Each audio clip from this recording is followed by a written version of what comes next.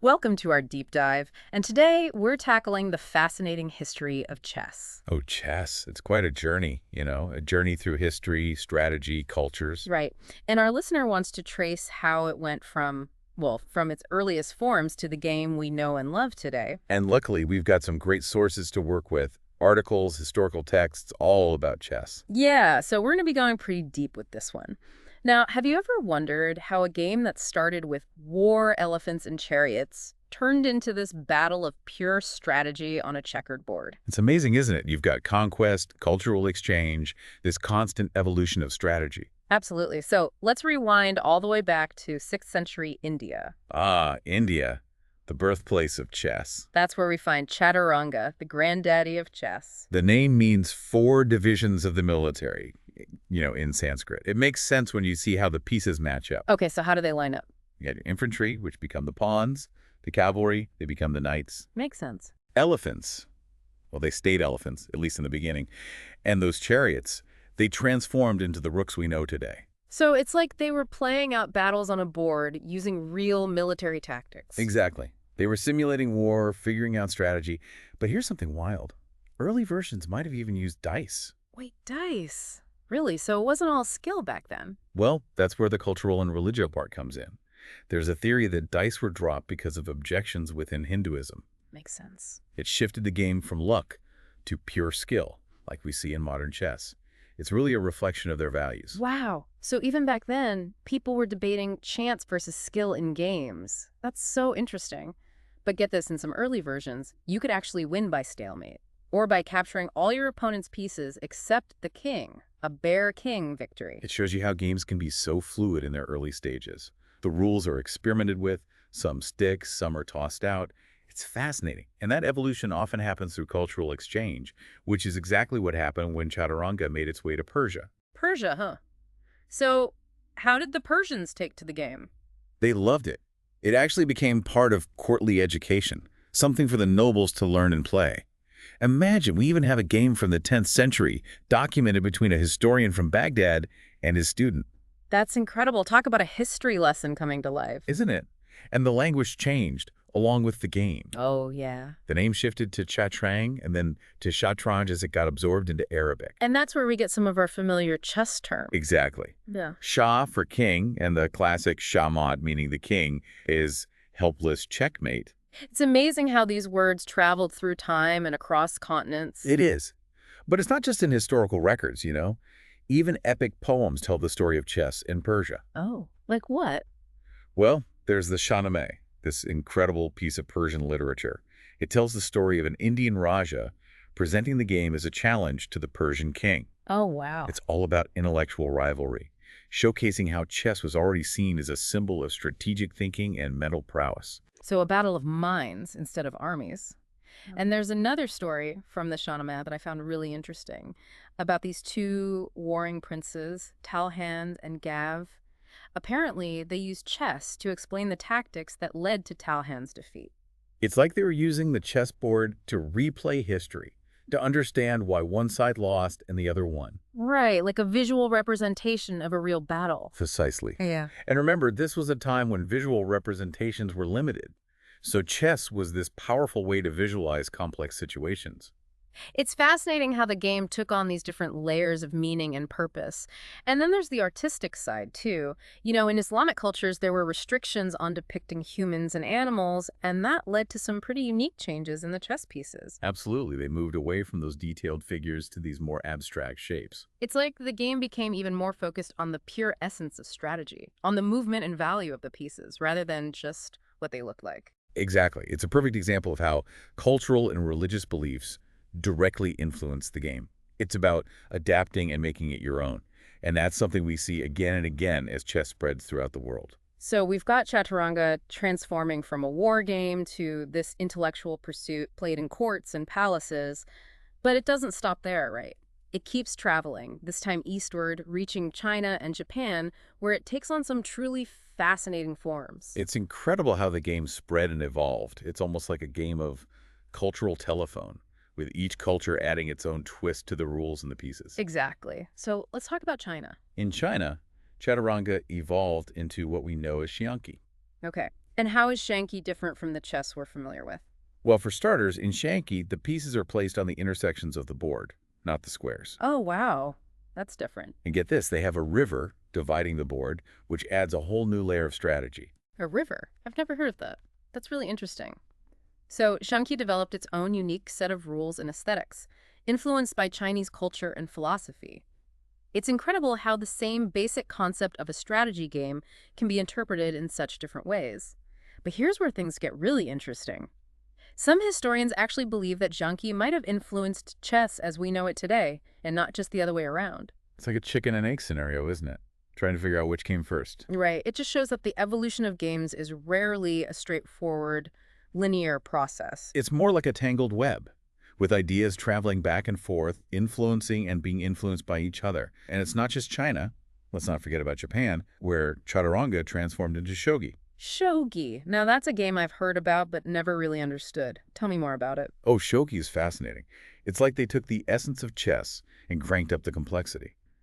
In shogi, you can actually reuse captured pieces. Wait, what? You can reuse captured pieces? Yep, you capture a piece and it becomes yours to use. That changes everything. It's like turning your opponent's army against them. Exactly. It adds this whole new level of strategic depth to the game. And the pawns capture differently in shogi. Plus, the board is bigger, with 9 squares instead of 8. Wow, so it's a much larger and more complex game. It's amazing how much variation can come from a single starting point. So we've got chaturanga going east, evolving into shanki in China and shogi in Japan.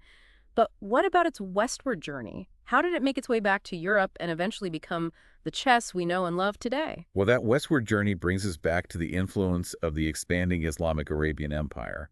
It's around the end of the first millennium that chess really starts to take root in southern Europe. So it makes a full circle from India to Persia, then spreading eastward and westward, eventually making its way back to the continent where it would ultimately become a global phenomenon. It's really a remarkable journey of cultural exchange and evolution.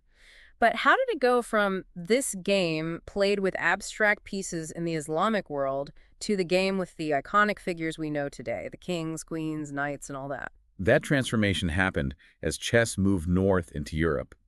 They started introducing figurative pieces, which really resonated with European culture at the time.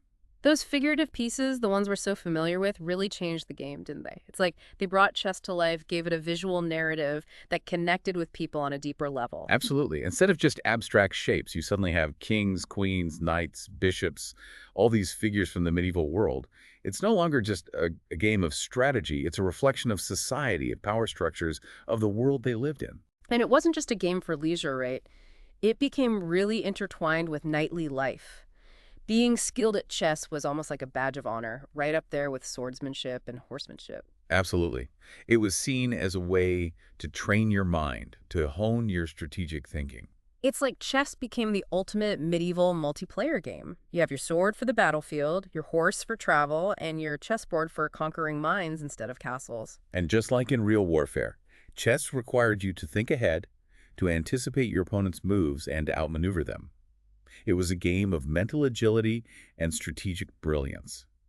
But even as chess was gaining popularity in Europe, the rules were still evolving, weren't they? Yeah, there was a lot of experimentation going on. It seems like every region had its own little tweaks to the rules, its own variations on the game. It's like people were constantly trying to find the perfect balance, the ideal set of rules that would make the game both challenging and engaging. Exactly. Like in the 14th century, you have Timur, or Tamerlane as he's sometimes called, this powerful conqueror who is a big fan of chess. But he didn't just play regular chess. He played this supersized version called Tamerlane chess, with a much larger board and even more pieces. Tamerlane chess is a fantastic example of how even as a game becomes established, people continue to tinker with it to see if they can push the boundaries. It's like he looked at a regular chessboard and said, what if we made it even bigger and more epic? It's amazing. And here's a fun little fact I stumbled upon in early European chess writings. The sides were often referred to as red and black, not white and black like we use today. Oh, really? That's interesting. Why red and black? It turns out it's simply because those were the colors of ink they used back then. It's a quirky little detail, but it shows how even something as seemingly insignificant as ink color can influence the way we think about and talk about a game. But it wasn't just the rules that were evolving. The game itself was becoming more and more associated with status and intellect. Absolutely. Chess was no longer just a pastime. It was a symbol of sophistication, of intellectual prowess. Owning an ornate chessboard, especially one made from expensive materials, became a status symbol. It was a way to show off your wealth and your refinement. It's like having the latest smartphone today, a way to signal your social standing. But let's talk about some of the rule changes that really shaped the game into what we know today. You know that two-square pawn move we all use now, that seemingly simple rule that opens up the game so much? Well, when it was first introduced, it was actually pretty unpopular. It's funny how things we take for granted now were once considered radical changes. I guess people are naturally resistant to change, especially when it comes to something they're familiar with and enjoy. And yet, that two-square pawn move was a game changer. It created all sorts of new strategic possibilities, like the en passant rule, which, by the way, is where you can capture a pawn that's just jumped past you. It's a brilliant rule, adding this extra layer of tactical complexity. But the two-square pawn move wasn't the only attempt to speed up the game. Imagine a king that could jump across the board. A jumping king. That's hilarious. I can just picture it now, hopping over pieces like a chessboard kangaroo. But seriously, it's fascinating to see how much experimentation there was with the rules. It shows that people were always looking for ways to make the game more dynamic, to create more exciting possibilities. And all of that experimentation eventually led to the modern form of chess we know today. And then, in the late 15th century, came the move that truly revolutionized the game. The queen's and bishop's modern moves. Talk about unleashing their full potential. It was like they went from being minor players to these chessboard powerhouses. This was a pivotal moment in the evolution of chess. The queen, in particular, went from being a relatively weak piece to the most powerful piece on the board. It completely changed the dynamics of the game, making pawn promotion much more valuable. It's like they suddenly discovered their superpowers. And it wasn't called Queen's Chess or Mad Queen Chess for nothing. It really did shake things up. It did. It completely transformed the strategies and tactics of the game, leading to a whole new era of chess. But even as these new rules were spreading throughout Europe, they were still working out some of the finer points, like the rules of stalemate, for instance. Right. It's interesting how even the seemingly simple concepts can take time to standardize. And it's not just stalemate. You know, over in Russia, they had their own unique twist on the rules. For a while, in some versions of chess, the queen could also move like a knight. A queen with the combined power of a queen and a knight. That's a formidable piece. It would be almost unstoppable. It's a reminder that even as a game becomes standardized, there are always these regional variations, these unique interpretations of the rules that reflect the cultural nuances of different places. And that's part of what makes the history of chess so fascinating. hmm It's not just about the moves and the strategies, it's about the people who played it, the cultures that shaped it, and the stories that have been woven into its fabric over the centuries. Absolutely.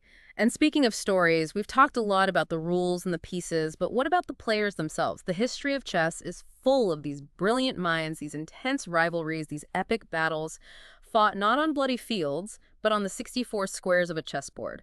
And to really understand that part of the story, we need to delve into the world of competitive chess, a world that really took shape in the 16th century with the very first recorded chess tournament. Ah, yes. The birth of competitive chess. Oh. This is where the game transforms from a casual pastime into a formalized sport, where skill and strategy are put to the ultimate test. Picture this. The year is 1575. We're in El Escorial, Spain. The tension is high. The best players from around the region have gathered to compete for glory and recognition. And the winner of this historic tournament is Liano di Bona, a player from Calabria. It's a moment that marks a turning point in the history of chess. From this point on, chess tournaments become increasingly common. They start popping up all over Europe, drawing larger crowds and attracting more and more skilled players. And with these tournaments comes a new focus on the speed of play. It's no longer about leisurely pondering your moves for hours on end. Time becomes a factor, a new element of pressure that adds another layer of complexity to the game. Absolutely. Time becomes a strategic weapon. It's not enough to simply make good moves. You have to make them quickly, decisively, under the pressure of a ticking clock. And this leads to some really interesting innovations, like the development of speed chess and 5-minute chess. These faster formats really tested a player's ability to think on their feet, to make intuitive decisions, and to calculate variations at lightning speed. It's like chess with an adrenaline rush. But even with these time limits, they still had to figure out how to handle games that couldn't be finished in a single session. Imagine playing a game, Having to stop for the night and knowing that your opponent has all night to analyze the board while you try to sleep. It's a huge psychological advantage. That's where the sealed move comes in. Players would write down their move, seal it in an envelope, and the referee would keep it safe until the game resumed. It was a brilliant solution to ensure fairness. No more late-night strategizing. And it really solidified the idea of chess as a formal competition. Right. We've got tournaments, we've got time limits, we've got sealed moves, it's official. Chess is a sport. But as the game was evolving on the competitive front, it was also undergoing a transformation in terms of strategy and theoretical understanding. To understand how chess strategy evolved, we need to rewind a bit and look at some of the key figures who shaped the way the game was played. This is where things get really fascinating.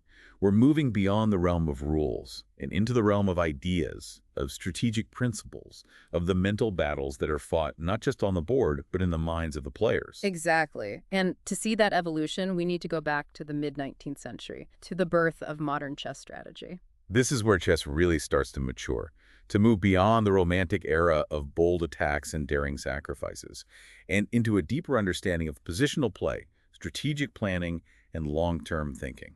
And at the forefront of this new era is the 1851 London Chess Tournament, a pivotal event that brought together some of the best players of the time. This tournament really marked a turning point. It was a clash of styles, a showcase of both the brilliance and the limitations of the romantic approach to chess. And emerging victorious from this clash was a relatively unknown German player named Adolf Anderssen. He took the chess world by storm with his energetic attacking style, full of these incredible sacrifices and brilliant combinations. Anderson was a master of attack, and his games were a joy to watch. And one game in particular stands out as a masterpiece of his style, the Immortal Game. The Immortal Game, a legendary game full of daring sacrifices and breathtaking combinations. It's still studied and admired today for its sheer brilliance and audacity. It's the kind of game that makes you fall in love with chess all over again. But as exciting as Anderson's attacking style was, it wasn't the only path to success in chess. Wilhelm Steinitz, a brilliant Austrian-American player, took a different approach, advocating for a more positional, scientific style of play. Steinitz was a true revolutionary. He argued that chess wasn't just about attacking. It was about controlling key squares, building a strong pawn structure, and exploiting your opponent's weaknesses. He was like the architect of modern chess strategy, emphasizing the importance of a solid positional foundation. And his ideas were incredibly influential. He became the first official world chess champion in 1886, defeating Johannes Zukertort in a match that really ushered in a new era of chess. Steinitz's victory proved that chess wasn't just about attacking brilliance.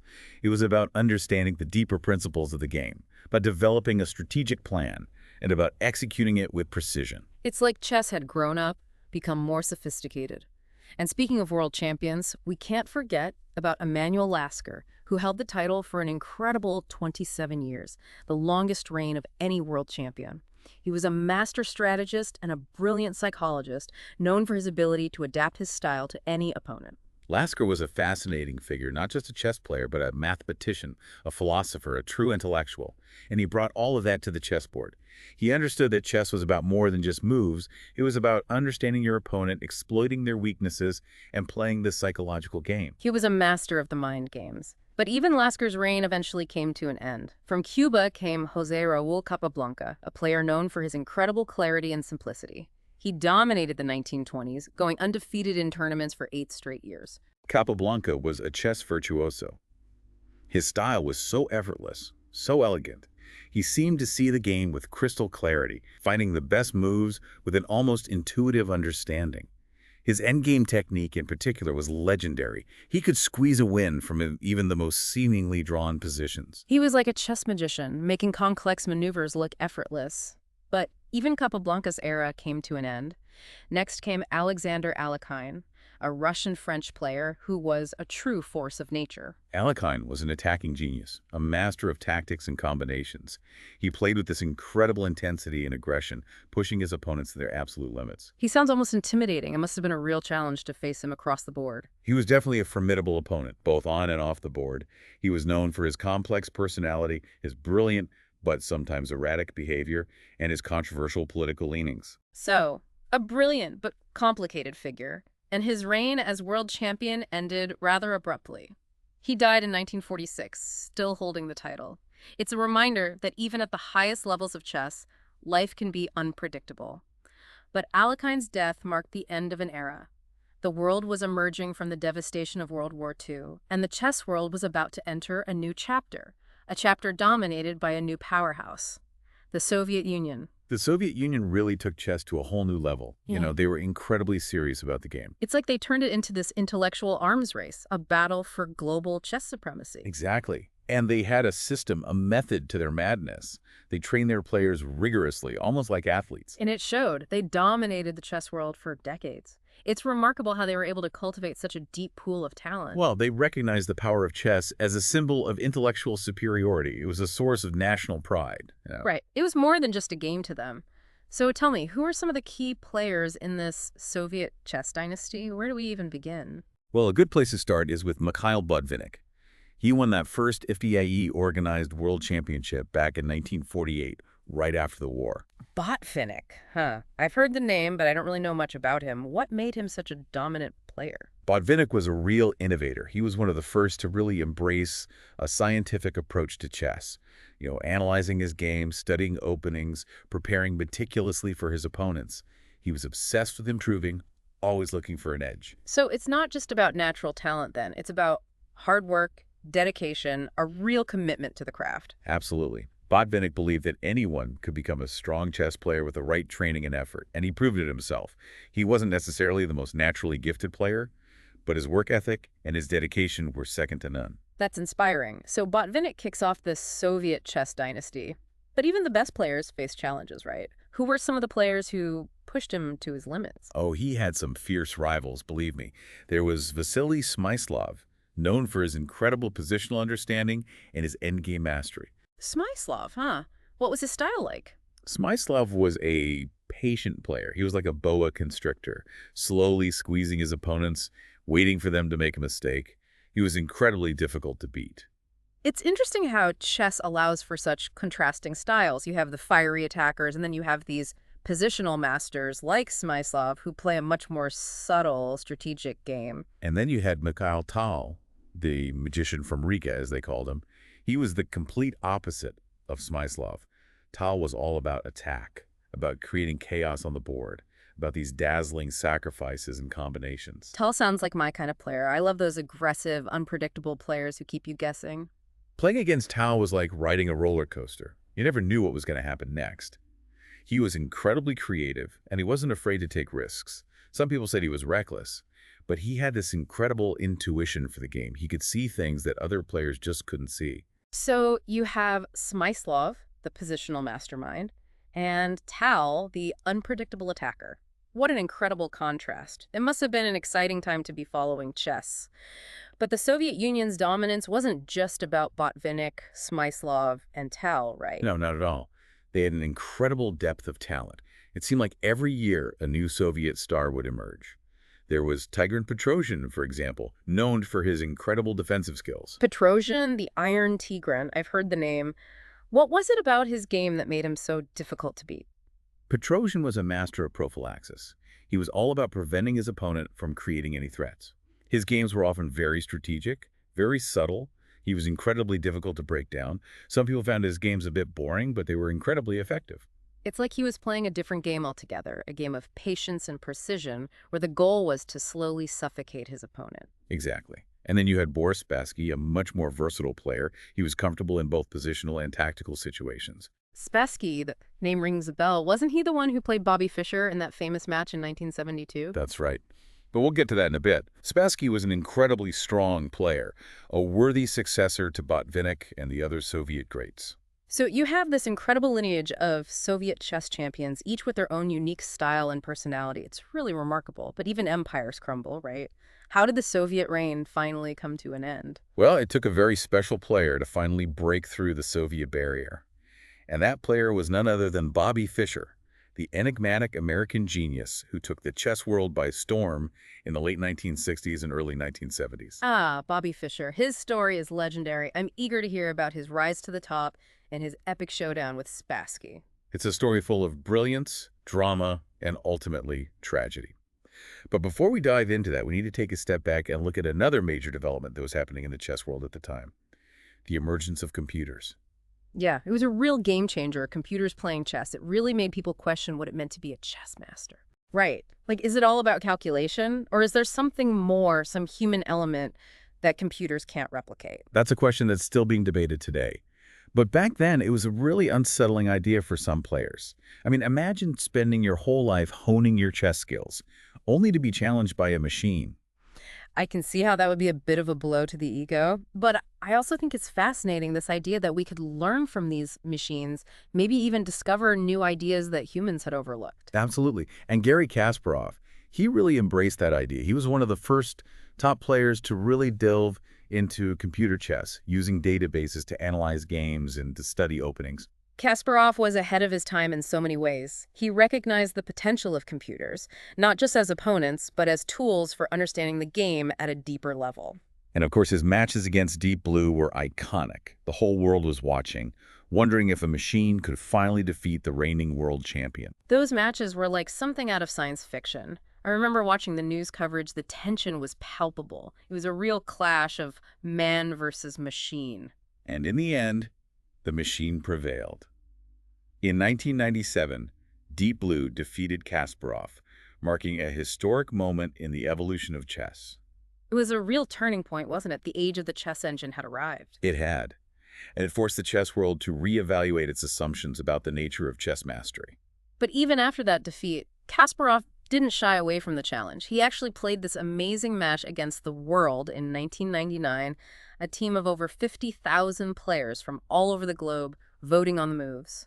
That match was incredible, a real testament to the power of collective intelligence. And Kasparov won, right, proving that human intuition and creativity could still prevail, even against the wisdom of the crowd. He did, but the writing was on the wall. Computers were getting stronger every year, and it was only a matter of time before they surpassed even the very best human players. And that's exactly what happened in 2006 when Vladimir Kramnik, the classical world champion at the time, lost a match against Deep Fritz, another powerful chess engine. That was a symbolic moment, wasn't it? The era of human dominance in top-level chess had come to an end, but the game itself didn't end there. Right. It's like the game evolved, adapted to this new reality, and the human side of chess continued to thrive. In 2007, Viswanathan Anand became the new world champion, marking the rise of India as a chess powerhouse. Anand was a brilliant player, so versatile, so creative. He brought a new energy to the game, and he was a great ambassador for chess, inspiring a whole new generation of players in India and around the world.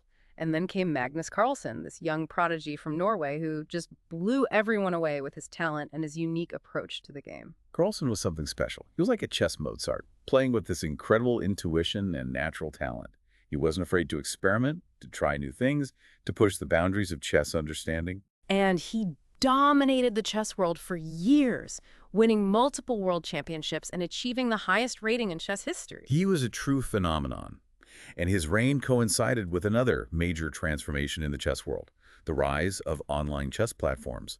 Suddenly, anyone with an internet connection could play against people from all over the world, study with grandmasters, and analyze games with powerful engines. It was like the game had been democratized. Chess was no longer confined to clubs and tournaments. It was accessible to everyone, and that led to a huge surge in popularity. Absolutely. And then, of course, you have the pandemic, which really accelerated that trend. People were stuck at home looking for ways to connect with others and to challenge themselves intellectually. And then The Queen's Gambit came out on Netflix, introducing chess to a whole new audience. That show was a cultural phenomenon. It really captured the beauty and the intensity of the game, and it sparked a renewed interest in chess all over the world. It's amazing how a TV show can have such an impact. And then there was Mittens, that mischievous chess engine that went viral for playing all these crazy moves and somehow winning. Mittens was a lot of fun. It was a reminder that chess can be unpredictable and surprising even at the highest levels. And it showed how AI could be used to explore new ideas and to challenge our assumptions about what constitutes good chess. And now we have top players like Carlsen and Hikaru Nakamura streaming their games live, competing in online tournaments with thousands of viewers. Chess has become an e-sport. It's incredible to see how technology has transformed the way we experience and engage with the game. So, from its ancient origins in India to its digital revolution in the 21st century, chess has come a long way. It's been shaped by brilliant minds, cultural exchanges, and technological advancements. But through it all, it's retained its essential character, this blend of strategy, psychology, and creativity. It's a game that challenges us to think deeply, to plan ahead, to adapt to changing circumstances, and to outwit our opponents. It's a game that reflects our history, our culture, and our ingenuity. And as we look to the future, one thing is clear. The story of chess is far from over. There are new chapters being written every day with new players, new technologies, and new ideas shaping the game in ways we can only imagine. Thanks for joining us on this deep dive into the fascinating world of chess. We hope you've enjoyed the journey. And who knows, maybe someday you'll be the one writing the next chapter in this incredible story.